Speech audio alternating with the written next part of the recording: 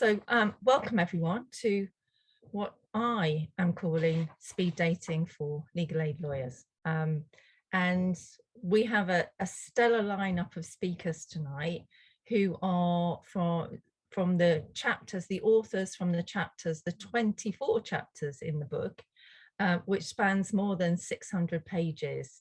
They're going to give you their top tips to get the most of out of legal aid, all in 5 minutes. Vicky, Paul and Jane have 10 minutes each because there's a much more generic. It's going to be challenging and I'm going to be very strict in the way that I'm going to monitor this.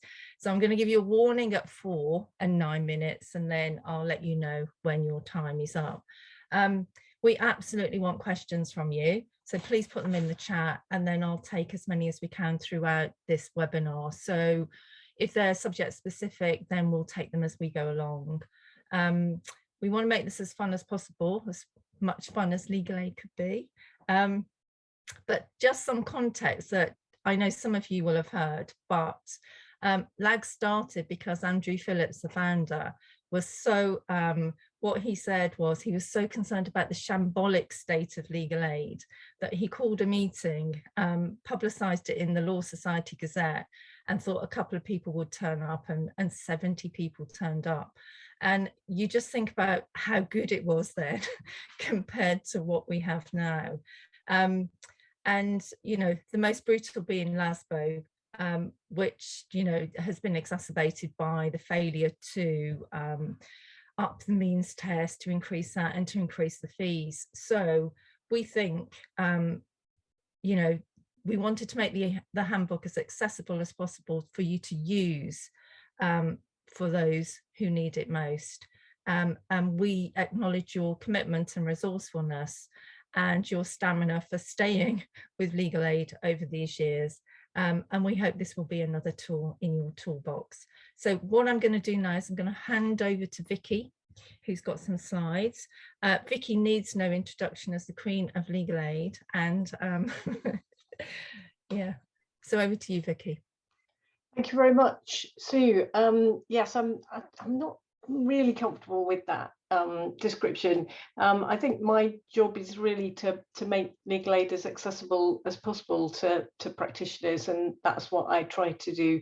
And I think that's what everybody who contributes to the handbook wants to do. So I've been asked to cover the COVID changes and give some general updates, and that's what I'm going to do. And I've got a few slides just to keep me on track with that. So let's see if I can start the slideshow. So hopefully you can see my slides there. I couldn't get quite the right color to match the handbook, but I hope I'll be forgiven for that. So thinking about the COVID arrangements, it's just mind-blowing how different the world is since we did our last edition, and how much all legal practitioners have had to adapt, and what an amazing job you have all done in adapting. And I think we have to give credit where it's due to the Legal Aid Agency as well. I think they've really tried their best to help you to adapt to the very challenging situation that COVID presents, and a very, you know, fast moving and changing situation. And one of the things that people often ask me is, you know, is such and such a thing, such an arrangement? So they made numerous arrangements over the years of COVID, some of which are still in force and some of which are not. And as I say, a question that I get asked frequently is remote signatures still in place? Is you know, is this still in place? What are the things that the LAA has permanently changed? And this link in this slide is the place to look, and I'm going to look there. So this is, so you know, that's the link to click on, and this is the LAA schedule of changes of arrangements restarting after after to current, well, when they say current arrangements, this is basically the whole schedule that tells you what is where. So first of all, you've got this list of live measures, and what is helpful is that it will take you to, there are other pages on the website. Some of you will be very, very familiar with these pages, some of you less so, but this is a really good one to start with because it gives you this overview. So it tells you when something came in, when the LAA implemented it, because it was a changing, it's still changing, but it tells you when it applied from, when it was last looked at, and under that maintained at least column, it tells you whether it's actually still applicable or whether it's something that has gone back to business as usual or arrangements as they were before COVID. So this is the page that I look at a lot. And what the Legal Aid Agency has said is that they will give at least 3 weeks notice of any changes. So if we're getting really close up to one of the maintained at least end dates and they haven't given us 3 weeks notice, we know that it will be continuing for at least, another 3 weeks, because the problem that the LAA has with their website is that they are not in control of their website. It's on the Gov.uk website. They do not make changes directly to it. They have to get in a queue with other government departments that want to make changes to their website. And I think they probably find that quite frustrating, as obviously we do. But if you bear in mind that 3 week commitment that they've made, so we can look there and see, when things reverted or whether they're continuing on. And I think one of the things that people are sort of worrying about is audits in future. So what will happen to audits in future? Will the Legal Aid Agency contract managers remember when various procedures and restrictions were lifted and more flexible arrangements were in place because of COVID? And if your contract manager is telling you that you should or shouldn't have done something, and you think there was a COVID arrangement in place, this is the page that you can look to rescue you from hopefully it will rescue you from an awkward audit moment if your contract manager has forgotten something. So this is the list to go down. And some things you can see, some things have been made permanent changes. And I mean, they're not very many, but they are things which generally people are finding helpful. Civil cost appeals made electronically for paper claims, 80% of payment on account instead of the old 75% for certificates, controlled work escape claims submitted electronically, and claiming costs for setting up video links with clients in prison. And today the LAA actually added another one to that permanent change list, which is of interest to people who provide legally aided advice and assistance or representation at inquests, which is that their arrangement, which is temporary at up to now, that they can make interim claims on legal help cases, that is going to be made permanent.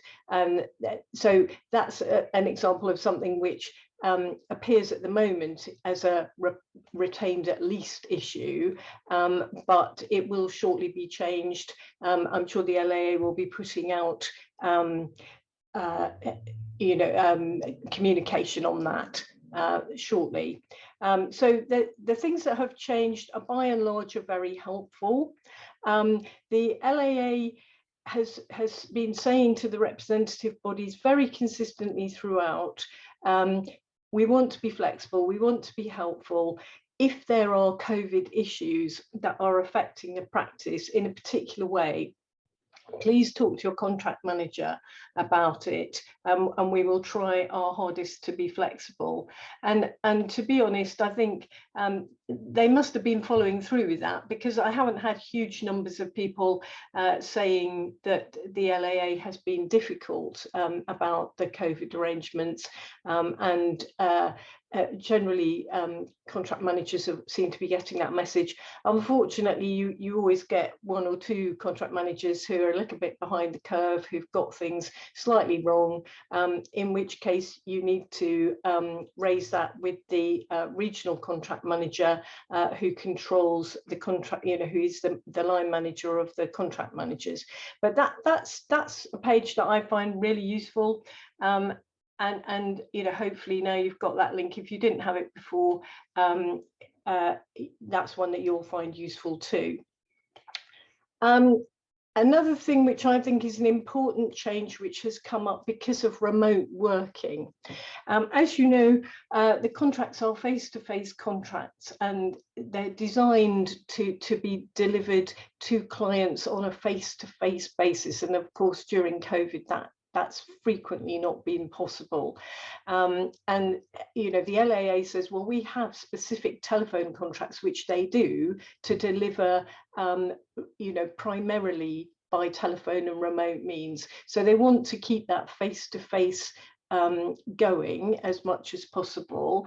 And one of the issues which I know has come up in lots of practices is that during COVID, particularly more experienced people have adapted more easily to remote working, whereas less experienced members of staff have struggled more, and it's more challenging to provide effective supervision and training and development to less experienced caseworkers. And that made the LAA look at the contract in terms of what face-to-face supervision do people actually get, and there have been COVID arrangements in relation to providing face-to-face supervision, and that if that wasn't possible because of COVID, then you could take advantage of that COVID arrangement.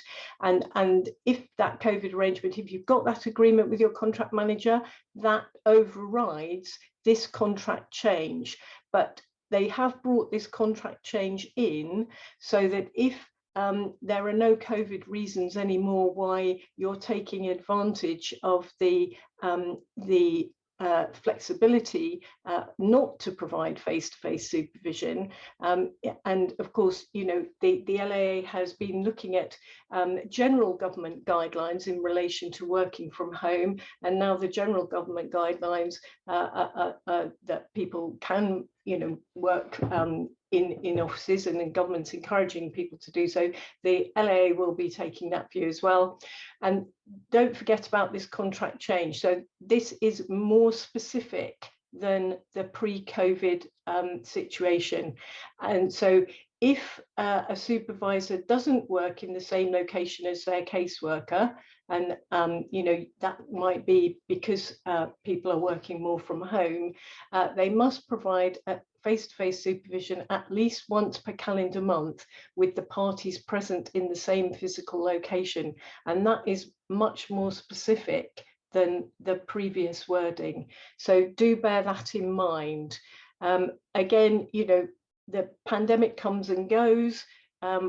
We don't know whether it will always be possible to do that, but probably for many practices at the moment, it would be. So I think, you know, just bear that one in mind. It is more specific than the previous wording.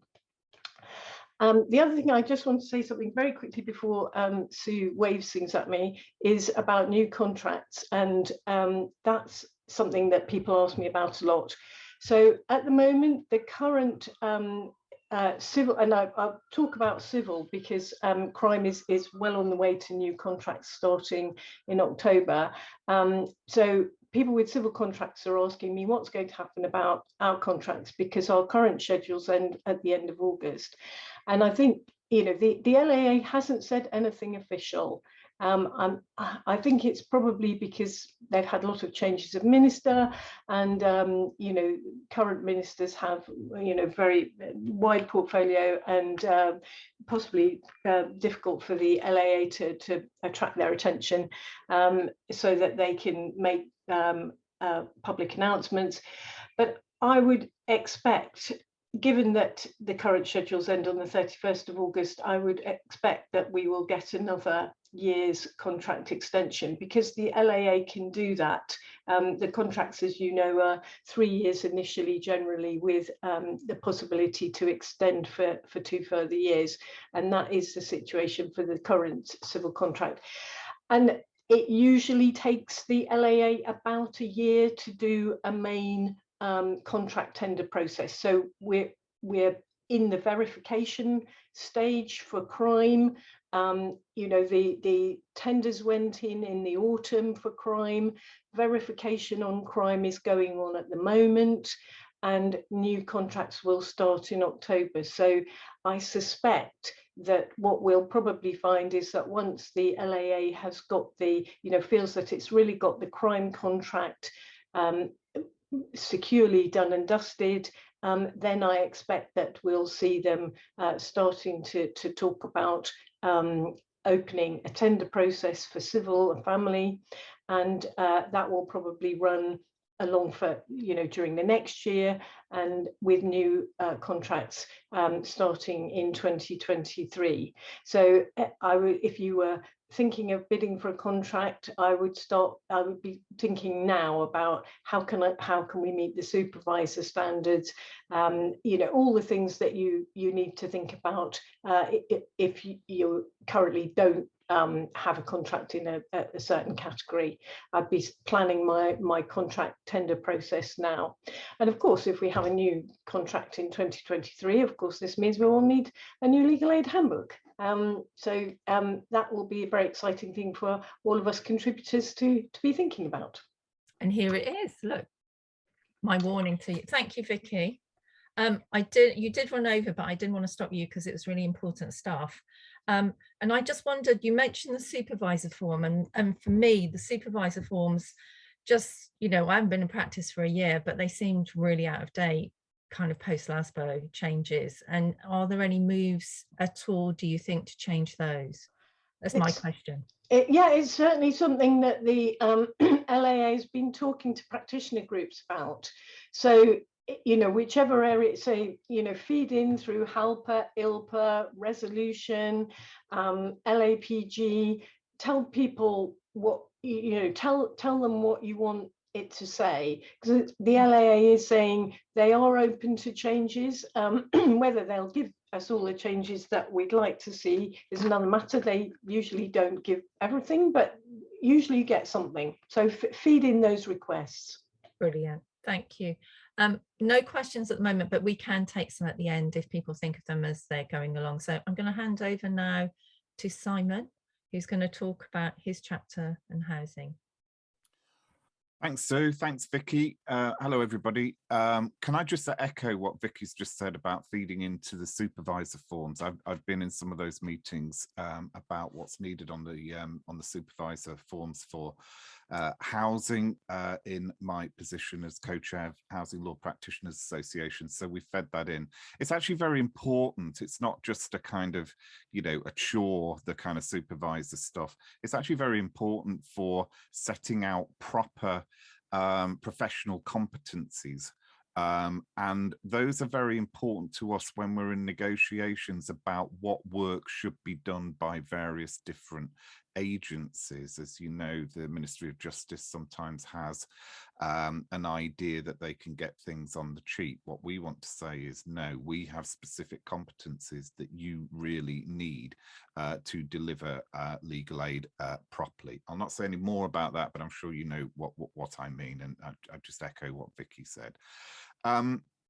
Housing then, I've been asked to provide 5 top tips. I'll give it a go. Some sound a bit generic, but I'll make them housing related. The first one I want to say is about basically, and Vicky's already started this, but about marshalling your resources. Have things, you know, to hand when you're doing legal aid work, because it's complicated. So the first thing that you want to have to hand, obviously, is the legal aid handbook. So if you haven't already got it, then you better put in an order quick and get it on your desk. You're definitely going to need that.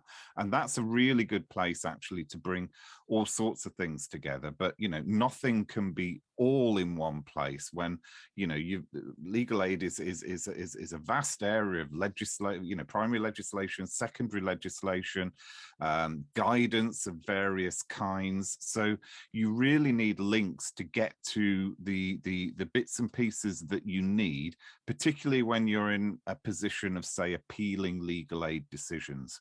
Now, if you've got everything to hand, you're going to be much more confident about appealing bad decisions that have been made, but also it's going to help you to try and make your applications as coherent and as, you know, as wrong decision proof as possible. So what I do is I just have a big list of links similar to Vicky's link there, but just a big list of links that takes me to LASPO, takes me to the secondary legislation, takes me to the forms and things like that. The book will help you, but you can have a Word document where you just click on those links and it'll take you right there. Secondly, think like a lawyer when you're doing legal aid. That ought to be easy for us, shouldn't it? I would have thought that would be something that we could all do. But what do I mean by that? Think like a lawyer. Me and Sue, when we've been campaigning about legal aid, we're always talking about the legal aid agency being like our second opponent. We've got one opponent and then we've got another opponent, which is the legal aid agency. And we say that slightly superciliously, but actually when you're having to do legal aid appeals, it can feel like that. So what you have to do really is you know, think like a lawyer about legal aid, as well as thinking like a lawyer about the housing case that you're doing. One of the things that happens at the legal aid agency is that the case workers are not necessarily experts in housing. In some ways, it would be a bit much to ask for all legal aid caseworkers to be experts in all of the areas of law that is covered by legal aid, even though they're they've been shrunk considerably since 2013. But sometimes you need to do the work for the caseworker to make absolutely sure that you set out the legal reason why your client should be getting legal aid. So when you're making submissions, and particularly on appeals, think like a lawyer. Use the legislation, use the secondary legislation, use the guidance, just as you would if you were doing, say, a homelessness case. I'm really galloping along here, but there's plenty of room for questions, so do put them in. Relatedly, I'm going to go on to number 3 now. Be really clear about what you're asking when you're making applications. Be really clear about what you're asking for legal aid to do. You know, what is it that you're doing for the client that requires legal aid? And related to that, particularly with CCMS, well, exclusively with CCMS, what the relevant wordings are that you need to use. Again, the wordings, the scope limitation wordings are not particularly user-friendly, particularly in how, actually, I don't know about other areas of law, I only know about housing, but they're not particularly usable in housing. So, for example, the homelessness appeal wordings, really, I mean, when CCMS first came in, they just did not make any sense to me whatsoever, and I was getting it wrong pretty much every time. So you have to learn what are the correct wordings, and kind of make a mental note or even make a physical note of what wordings you need for what work type. If you're working in Wales, God, I'm really sorry, it's even worse if you're doing homelessness, because while the legal aid agency is very proud of the fact that you can conduct conversations in Welsh if you want to, it doesn't even recognise that there's a different act in Wales to do with homelessness. And strictly speaking, you can't apply for legal aid for homelessness in Wales because it doesn't mention the right act. You have to translate your Welsh Act to the English Act, which doesn't even apply. So sorry, Wales, but there we are. Just be really clear what you're asking to do, and make sure that you have passed PARSED, past those scope wordings so that you can use them correctly. Tip number 4, this is sort of outside of legal aid in a bit, but if you're doing housing, you're going to need to make yourself familiar, I'm afraid, with conditional fee agreements. Because if you're doing any extensive disrepair work, you will know that while you can get legal aid to bring proceedings for the works of repair to be done, you cannot get legal aid, save in counterclaim cases, but you cannot get legal aid to pursue damages for disrepair. Now, of course, you could say to your client from the outset that you can only do that work for the specific performance element of the claim. But it is really useful to be able to very quickly pivot towards a CFA for the damages element of the claim and run that in parallel with the legal aid for the specific performance element of the claim in order to make sure that you achieve inter partes costs at the end of the case. Those doing disrepair will know what I'm on about here. It's really easy for a landlord to, I don't know, just dither throughout litigation to get works done at the last minute, and then you're left in a situation where you can't really proceed to trial and necessarily get that inter partes costs order. But if you've got a CFA, you can push that towards the finishing line, put more pressure on the landlord, and hopefully get that inter partes costs order, which is so important for housing law sustainability. Lastly, number 5. Housing law case types are not all in scope. I've just spoken about disrepair. Allocations, for example, housing allocations is not generally in scope unless it concerns a person who is homeless. So you're going to need to be clear about whether you can use a public law matter start in place of a house, because it's not in scope of housing. So I'm not going to tread on anybody's public law toes here, but you're going to need to know about how public law works, know whether your organization has a public law contract if that's necessary, so that even if you can't get legal aid in a housing law case type, you might be able to assist your client under public law. That sort of brings me towards exceptional case funding, but that's for later on in the meeting, so I'm going to leave that right there. Brilliant, Spike. Thank you so much. Yeah, marshalling, think like a lawyer. I like that. Moving on to thinking like a lawyer, we have Hilton with immigration. So over to you, Hilton. Thanks, Sue. Thanks, Simon, for that. Good evening, everyone, and welcome to this launch event of the Legal Aid Handbook 2022-23. My name is Hilton von Herbert. I'm the immigration supervisor at Ealing Law Center. My contribution to the book can be found at chapter 10. It's on conducting immigration cases. Well, my top 5 tips are more things to bear in mind, things to look out for, because they could very easily be missed.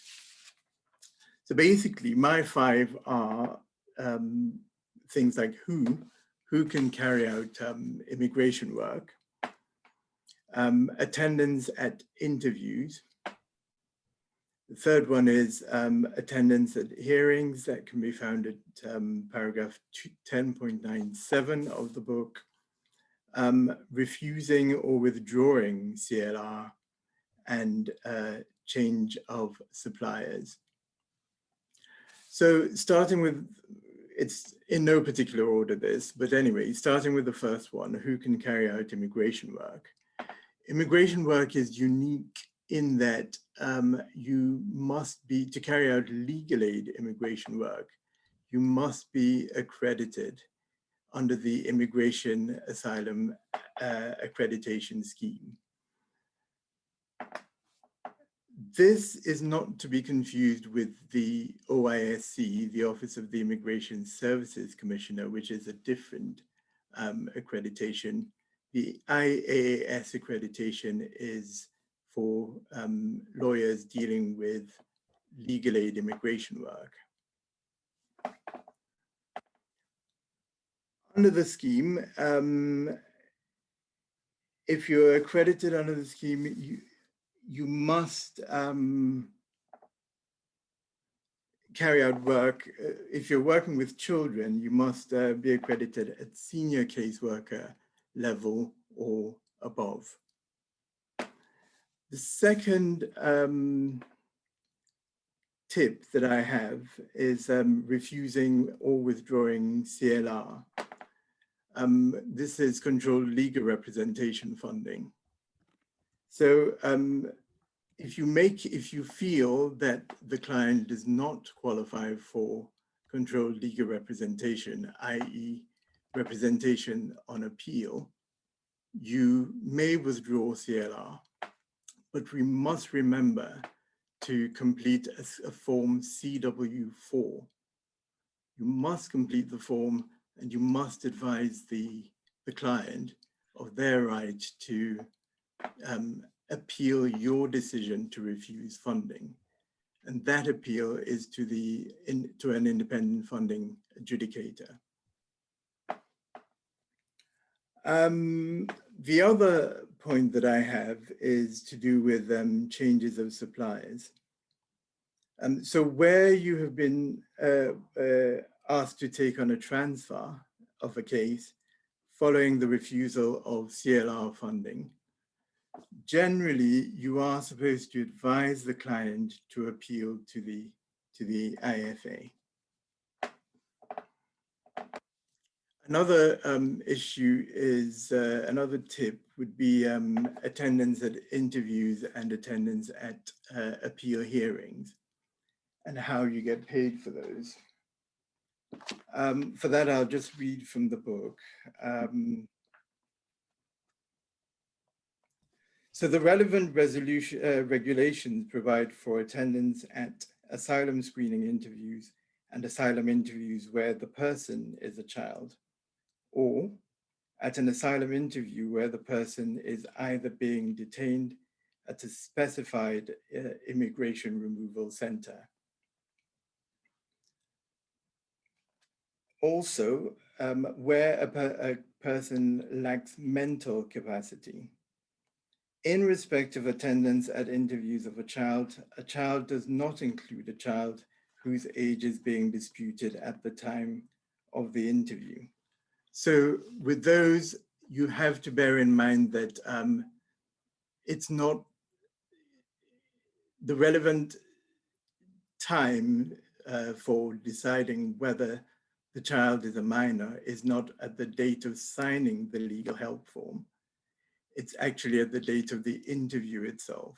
So on the date of the interview, if the child has turned 18 or over, you will not be allowed to attend the interview.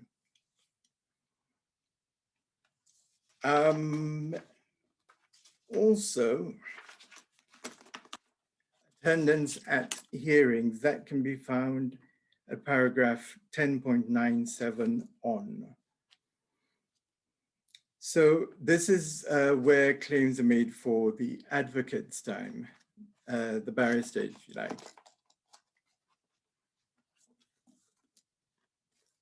So the advocate's time should be included in your claim as if it were your profit costs, and it will be paid at the relevant hourly rate or as part of the standard fee in a standard fee case.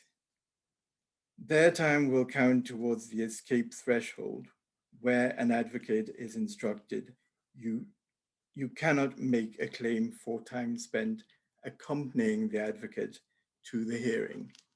So basically, if you've instructed a barrister to attend the hearing, you will not be paid for accompanying the barrister. So in certain cases, solicitors or lawyers like to accompany the barrister just to give them that moral support, or to give the client that moral support, because the client is used to seeing you as the caseworker, so they feel more comfortable around you. But remember that you will not be paid if you have instructed a barrister. Those are my top 5 tips. I sort of kept them to 5. Sorry, Sue. That is absolutely perfect. Thank you, Hilton. And yeah, so we haven't got Sylvia next. She wasn't able to come, so we're not going to be able to cover the community care. So we're going to move on to Samantha Little, who's partner in children and education law team at Russell Cook LLP. So over to you, Samantha. Thank you. Good afternoon, Sue. Thank you very much. And it's a pleasure to be here and a pleasure to be involved with such an amazing publication. So I was responsible for the chapter on family advocacy, but I'm also aware that there is an excellent chapter in the book about conducting a family private law case. I don't know who wrote that, but it's also very useful, and I'll touch on a couple of points about that in a moment. So I'm just going to focus on, it might be 4, it might be 5 points, but the first one is to do with FAS and payments for advocacies in the world of family law.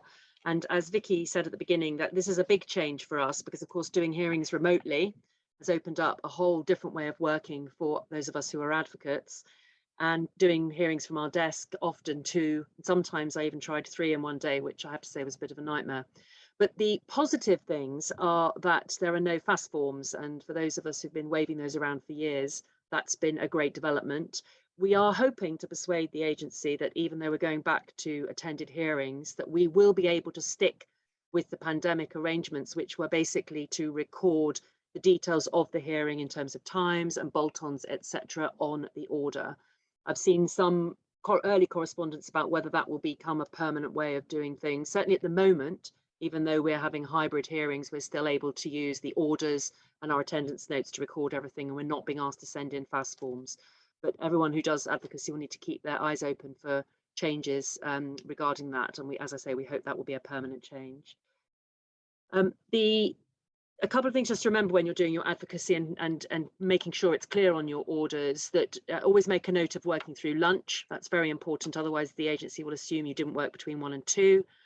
Make sure you always record your bolt-ons. I can't tell you how easy it is to forget those. So bolt-ons for cross-examination, where clients have difficulty understanding, and for bundles, etc. Make sure you record them on the order so that you get paid for them.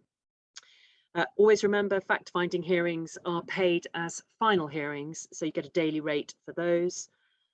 Reading days are not a hearing fee unless you attended, but a written submissions day can be a FAS fee, so you can get a daily hearing rate for writing written submissions. So make sure you record that on the order if you've had a day given to write submissions in place of attending to do them orally. Also remember, if you have a cancelled hearing, I have to say I often forget this, you can charge prep time on the case costs. The bar can claim a hearing unit, but you as a solicitor can charge your prep time if you get a cancelled hearing and you've done at least half an hour's prep. Advocates meetings, just be always aware that you can get paid for more than 2 of those, but you need to record them on the face of the order. If you haven't got your advocates meeting on the order, you won't get paid for them. So that's really important. Those are the points I wanted to make on FAS and advocacy. I was also then going to come on to talk about other family issues. So one of the documents, I think it was Simon who mentioned having your papers ready and with you. Always keep to hand the expert guidance on the remuneration of experts' fees, last updated in September 2020. It's a really valuable document for those of us in family law. Sets out all the guideline rates, sets out how many hours you can use. And just on expert fees, I just wanted to mention for translations, the high cost case team are a little bit concerned, shall we say, about some of the costs they're seeing for translations. It's really important if you're getting documents translated to make sure that you do a thorough recording on the face of the order as to what documents in the proceedings you're getting translated and why it's necessary, particularly really long documents. For example, if you decide to get the whole bundle translated, you need to record on the face of the order why that is, just to justify the cost. It's not going to be turned back, but it's important that you record it, and just instead of saying, oh, just do the whole bundle, explain why it's necessary and why you've made that choice. My third point was really about VHCCs. I suspect many people who are here, like me, are a bit scared of VHCCs and high cost case plans, but don't be, particularly in the care world. Events case plans have been an absolute revelation for us. So they often pay well, they are simpler and easier to submit and claim for. So I think it's really important that if you haven't really dipped your toe into those. I'm sure you've all had one or two, but have a look at the training materials, the guidance that's on the website. There is a really good training course that the people at the agency have done with practitioners. I think it's called How to Say Yes, and I'll post the link in the chat box. It's a fantastic way of getting your head around the complexities of high cost case plans, because they really do work often very well for us. As I say, good claims, and you get well remunerated, of course, because you've done the work, but you get well remunerated for them. As I said in my opening, the conducting a family private law cases in chapter 7, that's a really thorough review of private law, all the guidance about the domestic abuse gateway evidence, how to get legal aid, what's covered, what's not covered, and how to cover a private law case. It's very readable. It's a really comprehensive look at private law, so I would commend that to all of you. I think those were the only points I had. I think that was 4, and I've rattled through them, but I'm very happy to take any questions at the end of the talk. Thanks, Sue. Thanks, Samantha. That was a brilliant run through. I feel like I've learned loads about family, and I read every page of that book, all 600 a few times. What strikes me the most is, you know, when I do the edit of the handbook, is the complexity of all the different systems. And, you know, family is so different to civil, but why aren't they the same? You know, why is criminal so different? Thank you, Samantha, that's brilliant. And talking of criminal, I'm going to now call on Itpal, who is the newest member of the Legal Aid Handbook team. So thank you and welcome. Itpal is a criminal solicitor at ITN Solicitors, and yeah, your chapters were really interesting when I edited those as well. So over to you. Thank you, Sue. Yes, I'm really happy to be part of the family, and it's been a very interesting challenge. With criminal legal aid, there's been a number of changes over the last year, and really my top tips are really to try and focus on making sure that people are aware of those changes and implementing them in their daily work. So in true speed dating style, I'm going to go straight into the tips. Tip number 1 is in relation to pre-charge engagement work.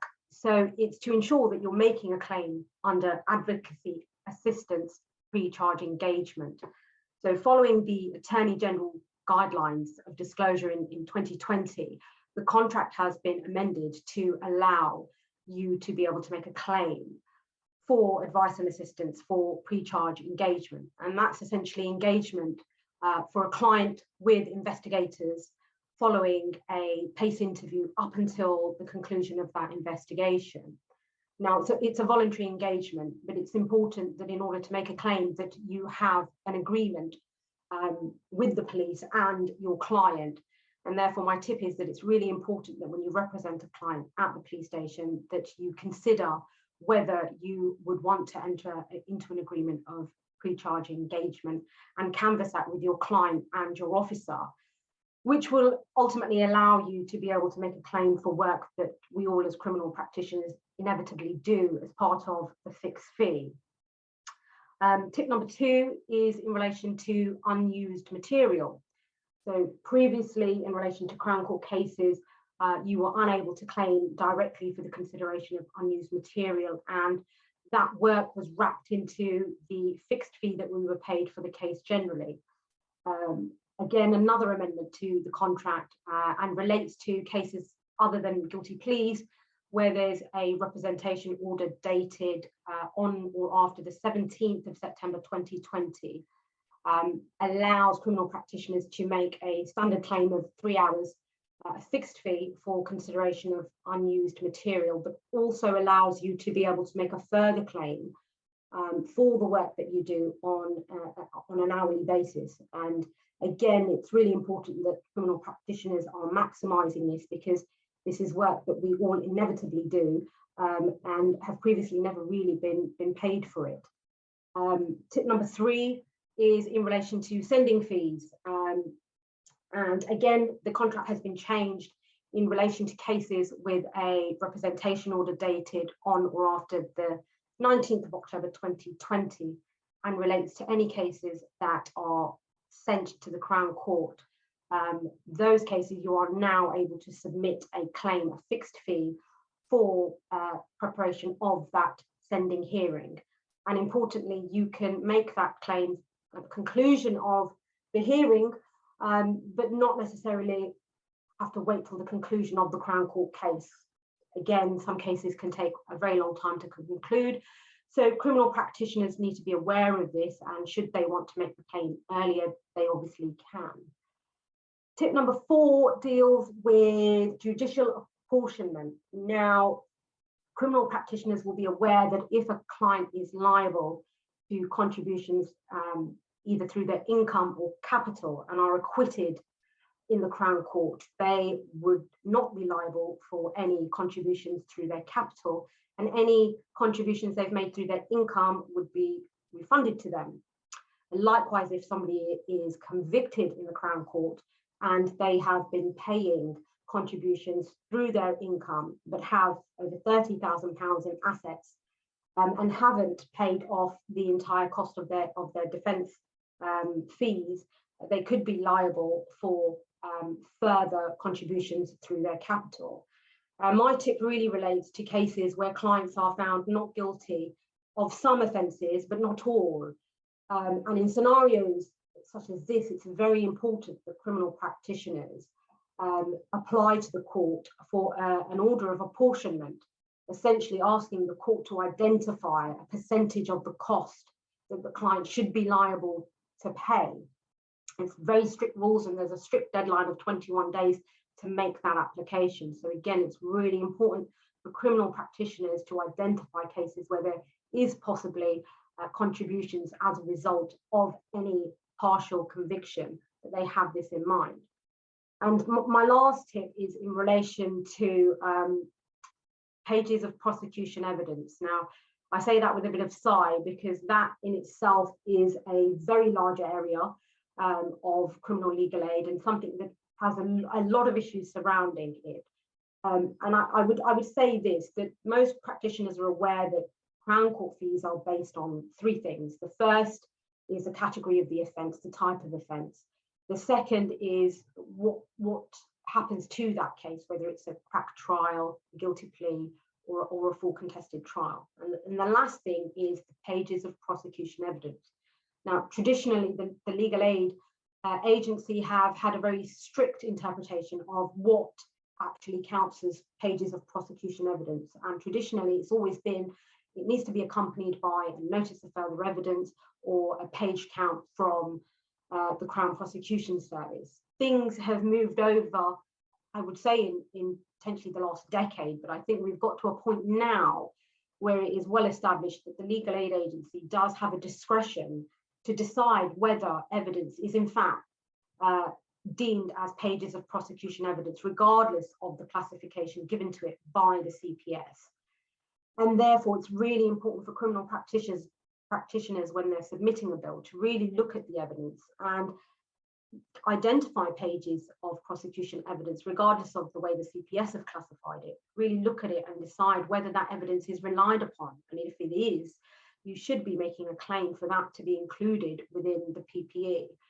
There's lots of guidance in the Crown Court fee guidance, and there's lots of guidance in recent cost judges and case law, but really it's about setting your case out very well in a supporting letter to the legal aid agency, providing them with as much information as possible. And as Simon had stated earlier on, they're not criminal lawyers, they're not lawyers, and therefore it's really our job to be able to explain to them when we say that evidence is used evidence, relied upon evidence, in fact, why that is the case. And allow the legal aid agency to exercise their discretion to agree with us to have it included in the page count. So I think that's all for me for now, but obviously if there's any questions. Well, that was brilliant, thank you. And I think you do echo what Simon was saying, kind of think like a lawyer as you're advocating to the legal aid agency. That was great.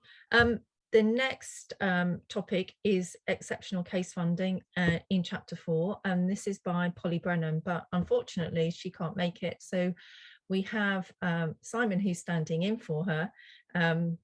So I'll hand over to you now, Simon.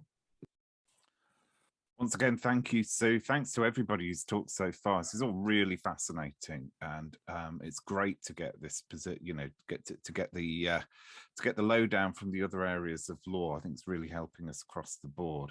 I have spoken before on exceptional case funding for Public Law Project, and on the last occasion, I was standing in for Alison Pickup.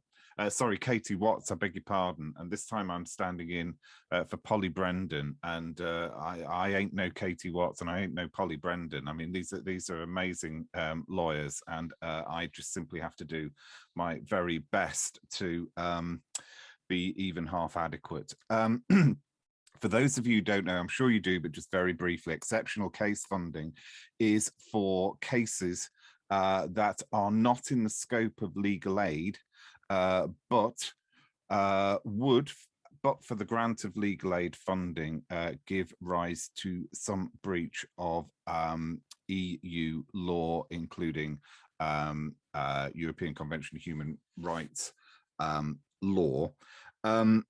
The important thing to note straight off the bat is that these are cases which are not in scope. So if you have a case which is in scope of your area of law, but perhaps the merits don't quite meet the merits test, exceptional case funding is not going to get you home. It really is only for areas of law that are not in scope. That means, I know it's a bit trite to say so, but it means that you need to know your area of law backwards so that you can see where the boundaries between your own area of law and then cases which are out of scope. You can see clearly where those boundaries are. Sorry to bang on about my own subject of housing, but the borderline between in-scope housing legal aid and legal aid that you might use in order to assist a person with housing benefit matters when they are facing possession proceedings, that can be quite a delicate and difficult boundary to ascertain. But if it doesn't fall within scope, then you can then think about exceptional case funding to try and get some legal aid to assist your client with that. So you really need to know exactly where the outer limits of the scope of your work type is. Polly kindly sent me some ideas of what I would talk about, and the first one that she says, which again I heartily endorse, is do make applications for exceptional case funding. It's very important that people do get legal aid in the areas that are out of scope. Welfare benefits could not be a more important issue for our client base. I mean, you know, this is an absolute fundamental part of the welfare safety net, and the fact that it's out of scope is a scandal, but exceptional case funding is there, so it's very important that we use it. Just some very quick figures. In the year 2013 to 14, the number of applications that were made for exceptional case funding were just a little over 1,500. And the percentage of those that were granted was 4.6%. 4.6% of 1,516 cases. So that's 70 grants. That's the years 2013 to 14. In 2020 to 2021, there were 3,335 applications, so well over double, but the percentage grants were 73.5%.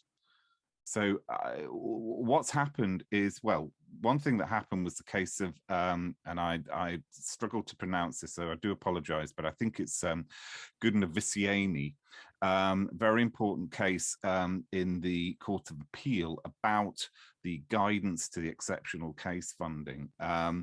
And what happened, because Public Law Project and another of some really heroic organisations, in my view, brought that case. The guidance was changed radically, and what I want to say about that is that both expanded the use of exceptional case funding, but also meant that the grants were, that the percentage grants were much higher. So people, I think, were making better applications. The guidance obviously changed much to the, you know, the Court of Appeal was scathing about the way in which the legal aid agency, well, the way in which the guidance was framed, and therefore the decisions were being made. But I think also better applications were being made because it publicized the scheme. So do make applications for exceptional case funding. But it seems scary, doesn't it? If you've not done one before, you think, oh, I'm going to have to look at some Court of Appeal guidance. I'm going to, you know, Court of Appeal case law. I'm going to have to look at all the guidance and all of that. Well, we go back to what we said before. Marshal your resources. Have your links to the resources that you need close to hand, and that will help. So again, have the handbook because it's all there. But also go to Public Law Project's website where you'll find guides on different areas of law for exceptional case funding. And those are excellent.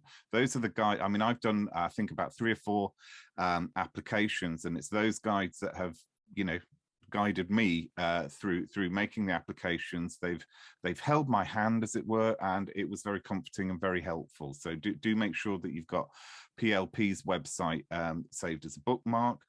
Be, as Polly says, be familiar though with the provider pack and the Lord Chancellor's guidance, because really what you need to show is in there.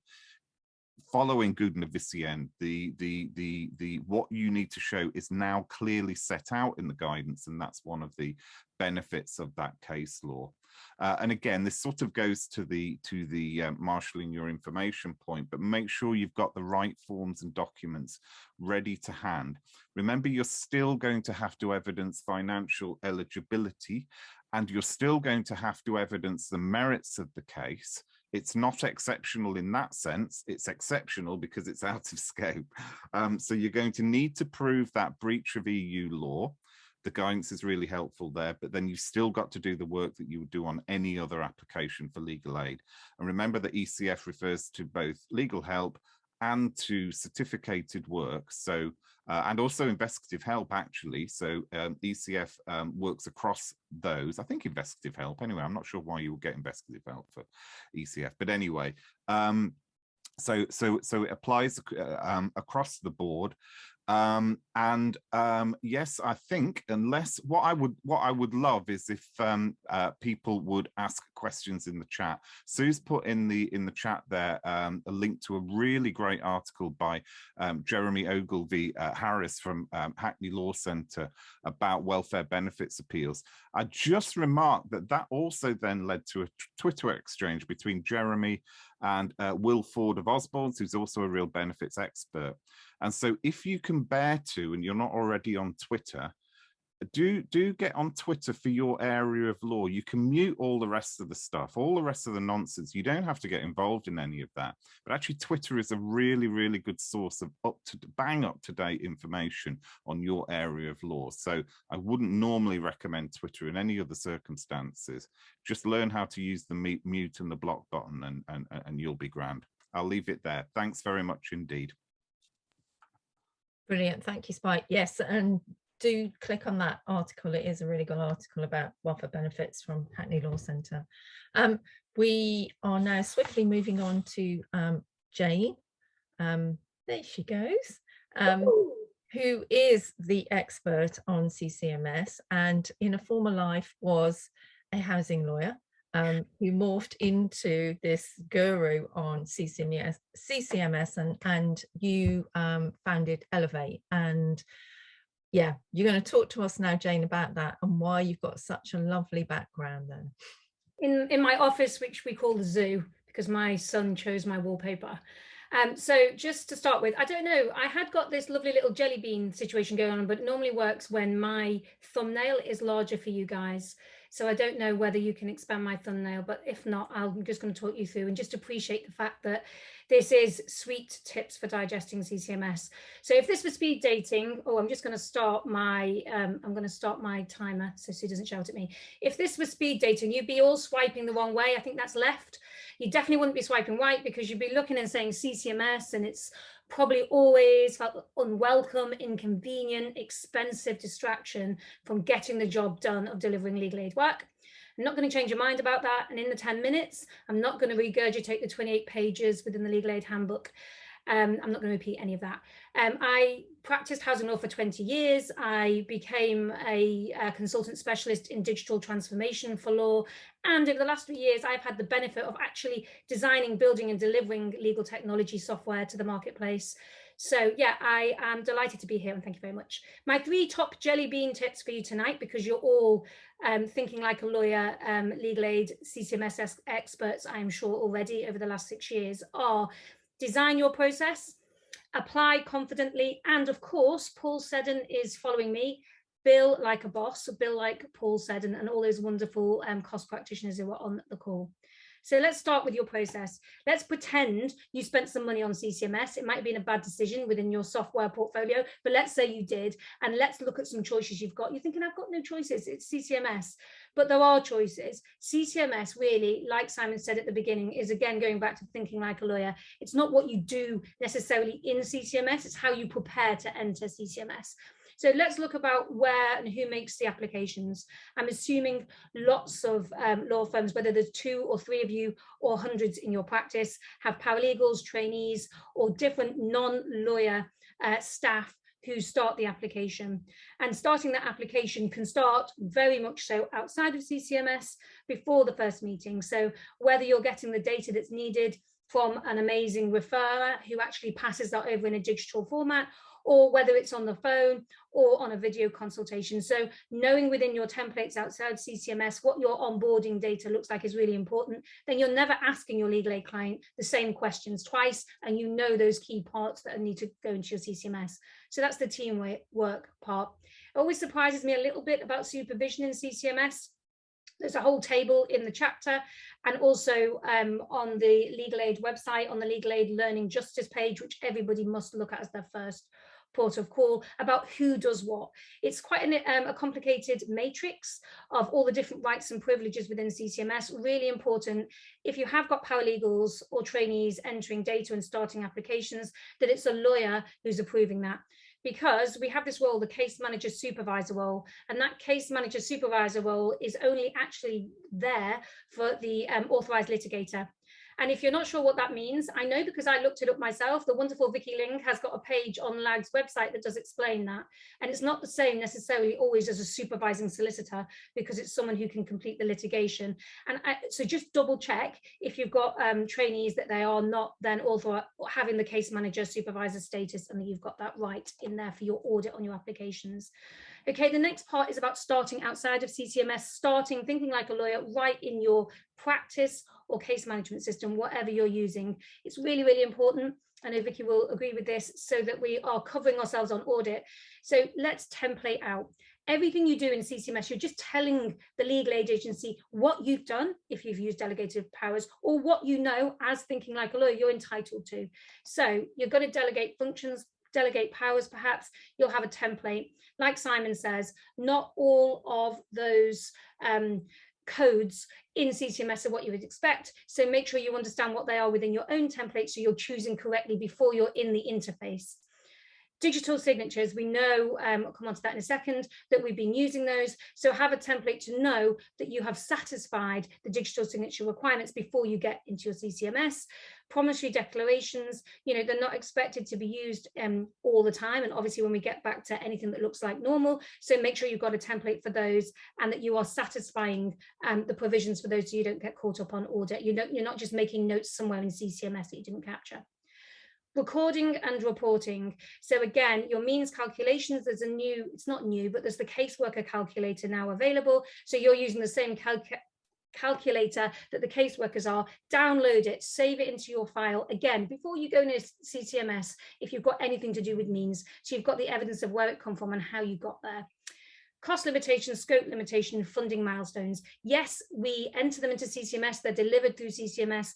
But again, let's not work in CCMS for those. Make sure they're replicated in your case or practice management system, so that they are knocking on your door when you report out and saying, my cost limit is expired on this, not waiting for someone to work that out from CCMS.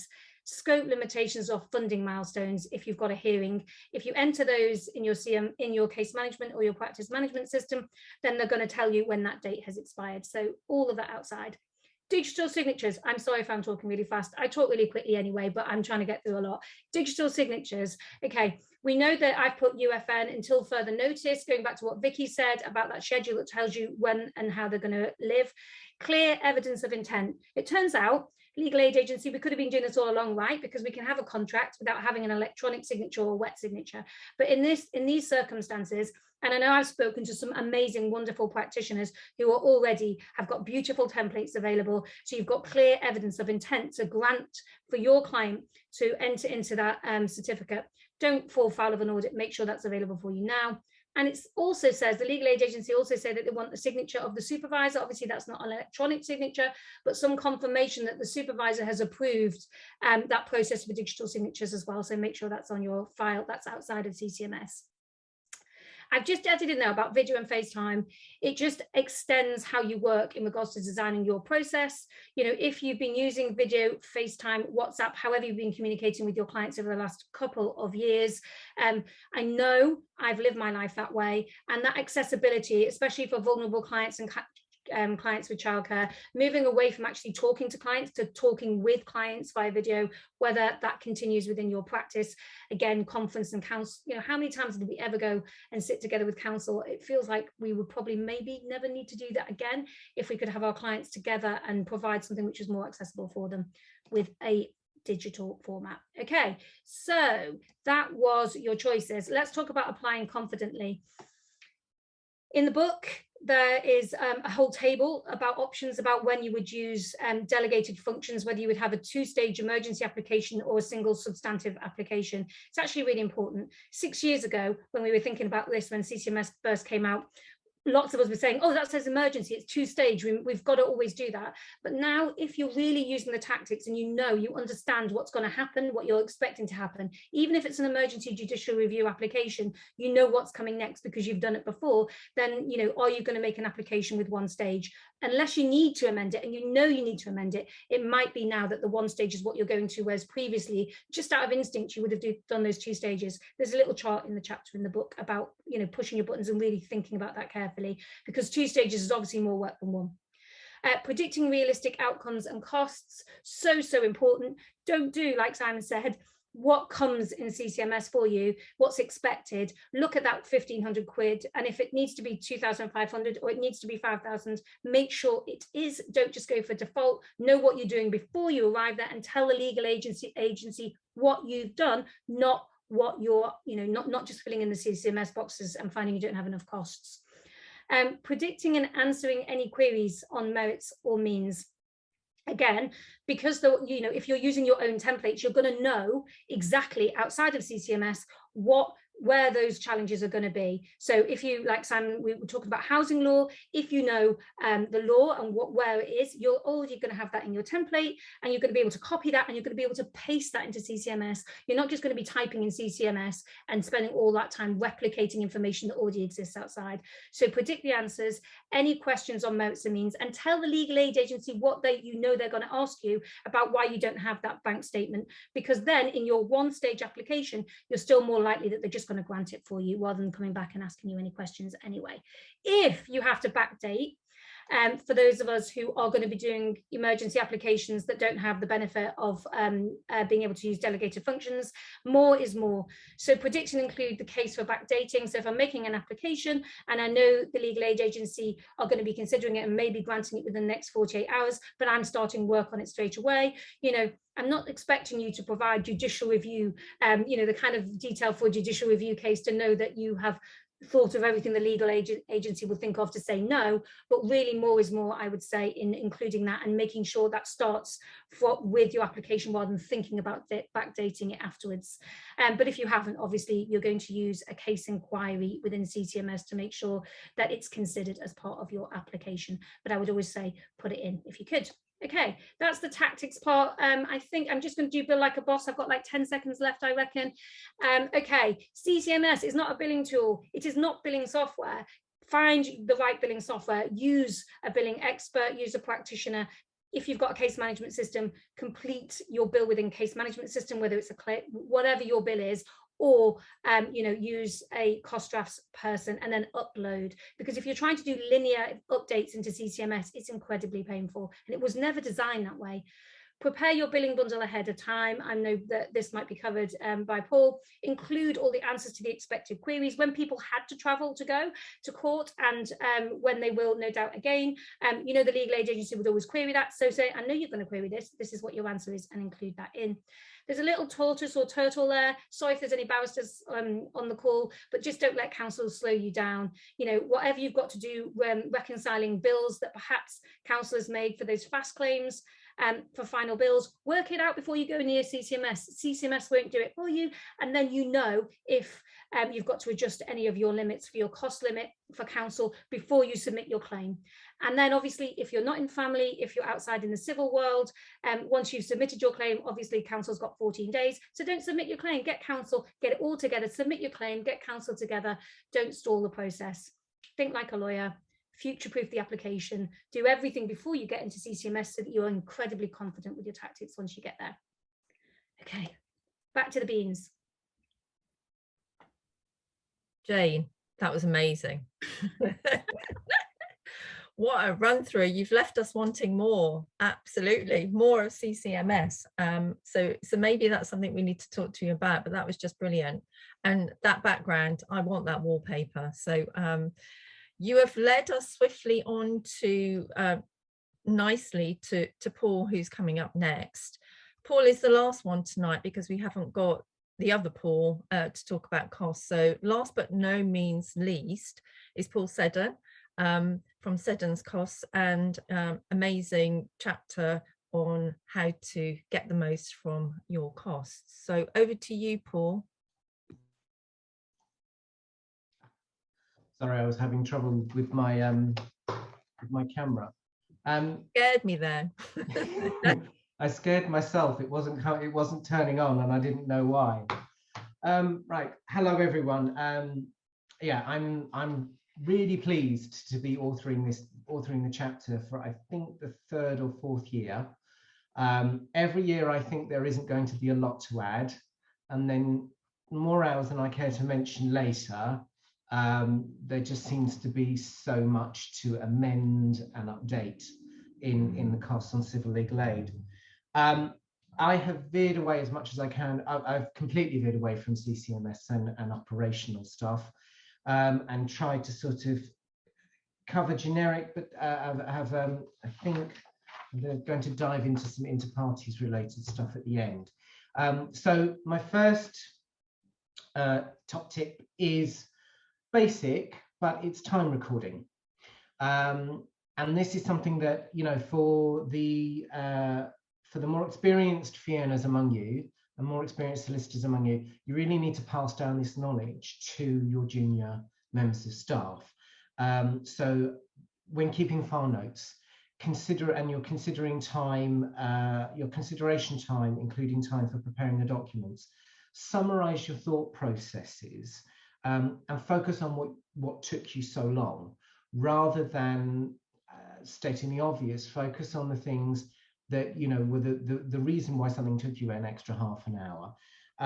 Highlight whether it was complex. Keep it brief. Practice does make perfect on that. A tip on that is to use bullet points and to keep it to those bullet points. And just finally, with regard to file notes, this comes up a lot, you cannot claim a file note for the sake of the file note, for the sake of the time recording. The file note has to benefit the client. So it has to be worked properly and reasonably done in furthering the client's interest. So an example of that is recording the facts of recording their instructions to act as an aid memoir, or when you are looking at a report and you are recording the facts on that report. That's why you're claiming for that. You're not claiming for the time recording. You're claiming for preparing a note to go back and use to enable you to conduct the case. With regard to letters in, or rather long letters in, distinguish a letter in from considering the detailed content and recording that accordingly. So never claim with regard. So family practitioners can claim letters in as standard. Non-family among you know that you can't. So never put in reading letter in on X, I claimed 12 minutes. You didn't spend the time reading the letter, you spent the time considering, say, the Part 36 offer or terms set out within that letter, or sometimes written instructions. And just very quickly, for family solicitors doing advocacy, watch out for cases falling outside of FAS. It's very, because you make sure you know which cases those are, so that you're recording your advocacy time, and so that it can be claimed at an hourly rate. I'm going massively over, so moving straight on to tip number 2, disbursements. Always check the hourly rates and the hours of the experts and interpreters that the LAA will allow, and not just when the invoice comes in, but for family practitioners among you who are dealing with care cases where you are sharing the experts, your joint letters of instruction. It's a really common occurrence that a joint letter goes out. There are, say, 5 family solicitors on there, and there's 1 local authority. The local authority draws the letter of instruction. Nobody bothers to read the letter of instruction and make sure the local authority have put in things like the hours that are capped at and the hourly rate. By which point the expert has taken the instruction, done the work, and then you have problems at the end. Use your expert witness guide that's produced by the Legal Aid Agency. And now that is primarily for family practitioners, but it is also quite useful indication for non-family practitioners as well. And just remember, with regard to our experts, the LAA will not allow admin costs. Your travel and waiting is capped at £40, or the hourly rate up to £40, and your mileage, of course, is capped at 45 pence. Remember to check your invoices for travel time that the postcodes between the destinations have been put on the expert's invoice, because the LAA will reject the claim for that, saying that there isn't adequate information in order to establish whether or not it can be assessed. And remember that when you make a payment when you claim an expert's fee on account, it is merely a payment on account, and it can still be picked up and challenged on final assessment. So the third point is, segueing into that, is if in doubt with regard to a disbursement, ask for prior authority. Don't leave it until the end when there's an argument, because obviously, this is a theme with the LAA. If the costs have already been incurred, the LAA will then turn around and tell you that you didn't have to incur them. Whereas when the costs are yet to be incurred and it can hold up a case, they seem to be a lot more flexible. Remember that if you need to instruct a QC or more than 2 counsel, that you need prior authority for that. And just very quickly, this doesn't come up a lot for a lot of people, but if you have a case that's going to the Court of Appeal, you will need counsel's opinion a lot of the time to get full cover for the Court of Appeal.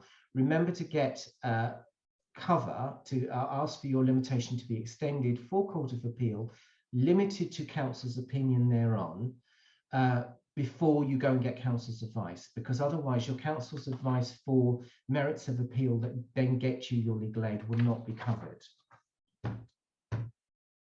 Enhancements on hourly rates. So my 5th point is enhancements. I'm going to very quickly just scoot through this just as a refresh. Enhancements, remember that enhancements are on your hourly rates is a 2-stage process, or is a 2-stage threshold. The first one being exceptional threshold for exceptional competence, skill, or expertise, exceptional speed, exceptional circumstances or complexity, and that's with comparison to the generality of the proceedings, which is worth remembering, especially for non-family practitioners who have where your non-family rates cover everything in that court across all categories of law. So for the LAA to then come back, and they will come back and say this a lot of sometimes, and it gets very frustrating, saying, oh, well, Court of Appeal cases, this wasn't exceptional with regards to Court of Appeal cases. That's not the threshold. It's the threshold across all non-family cases. And then you have the second stage, which is factors to take into account as to the amount. And that's degree of responsibility, care, speed and economy, and novelty, weight and complexity of the case. So it's better to think about it like, as in, this is about what about you and the expertise and experience you brought to the case. It's about what you had to do and the way that you did it, and about the issues affecting the case. And remember to record this as you go along, exceptional issues that arise as you go along. So particularly with regard to exceptional speed, that's expedition and pressure and urgency of the case is not going to be constant the whole way through a case, and isn't going to apply to all of your work thereon. It can be at the beginning of the case, rushing to front-load an urgent judicial review for interim relief, or an urgent interim application, or several interim applications going through the life of the case. So make sure you put that on your file so it's easy to identify where you can ask for that enhancement at the end. And just finally, inter partes costs, which remember does apply to family legal aid practitioners as well, although I know that it's not as common. So the first thing to remember with when you get an inter partes costs award is the indemnity principle. So the indemnity principle applies to legal aid certificates other than to legal aid certificates. It is simply disapplied with regards to the rates. So what that means is that if you don't have the cover on your certificate, if you couldn't claim it from the legal aid agency, you are not able to claim it, recover it from the other party, from the other side. And if the other side have a good argument to raise as to concerns of the indemnity principle and that it's been breached, then they can force you to put you to your election to show your legal aid certificate to the judge or costs officer, and have them see whether or not you actually have cover for your costs. Remember about deemed costs orders with regard to when those come in. So that's not just Part 36 offers, but if the other side discontinues, if the claimant discontinues the proceedings, then you're going to get, that's an automatic costs order under Rule 44.9 of the CPR. And there is interest that applies on inter partes costs. So that's interest accrues on inter partes costs under judgment interest. Now that the application of that and when it accrues can be amended by the court when the cost order is made, or it can be amended by sanctioning you for delaying the detailed assessment proceedings. So remember that when it comes to reporting your costs and what interest you may or may not have recovered, because remember that the LAA are entitled to a proportion of your interest even when you settle. It doesn't matter whether it goes to assessment or whether you settle, there is still interest there. And you still need to explain to the LAA why, if you're saying that there is no interest to pay over to them, you need to have reasons as to why, and they will ask. They always do. So that can be because you received a payment on account and then there was a swift recovery, or there was a delay to proceedings. But remember to think about that when you are looking at your costs. And very quickly, legal help costs and recoupment of legal help costs on inter partes. There's a difference between, if you remember that you can claim for your pre-action work that's done under legal help, so that's commonly IC for judicial review. And that then has to be reported to the LAA at the end under the cost recovery as to how much legal help costs you have already claimed from the legal aid agency, and they will then look to recoup that. Remember, there are two different figures. So quick example, I just got a query today from an immigration solicitor saying, oh, the LAA have asked, did we have legal help? We had legal help costs, and are because they'll have to recoup this. I assume the answer is yes. And yes, the answer was yes.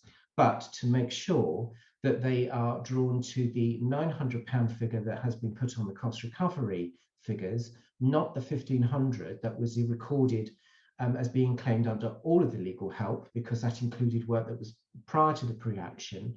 Because if they 1,500, if you just say 1,500, that's £700 that you've lost, because that's £700 worth of work that was nothing to do with the action and that you couldn't recover from the other side. And I think that's it. Wow, thank you, Paul. That's brilliant. And yeah, because what we need at the end of the day is to get the costs in so we can carry on doing the work that we're doing, which is so important. We don't have any questions and we are pretty much up to time, but I think this evening has been a real example of what LAG is about and why it started in terms of sharing information and resources and knowledge. And I'd like to thank all of you for attending, and especially the authors who've come tonight. We heard from Vicky, who's told us her top tips. I'll just run through some really quickly, probably not as quickly as Jane, who is amazing. But check the government websites and know the dates for things so that you can support it later on. Simon told us to marshal your resources and think like a lawyer. Now, I think this is going to be a catchphrase, Simon, moving forward. Hilton gave us paragraphs from the book that you absolutely have to buy. Samantha, again, know your resources, especially your expert fees. Ipel, the right forms and documents, especially pages of evidence, and say if you're working through lunch. And I think that's something that all of us should take with us to say when we're working through lunch. Jane gave us sweet tips for digesting CCMS. Again, another thing that we might be able to take with us.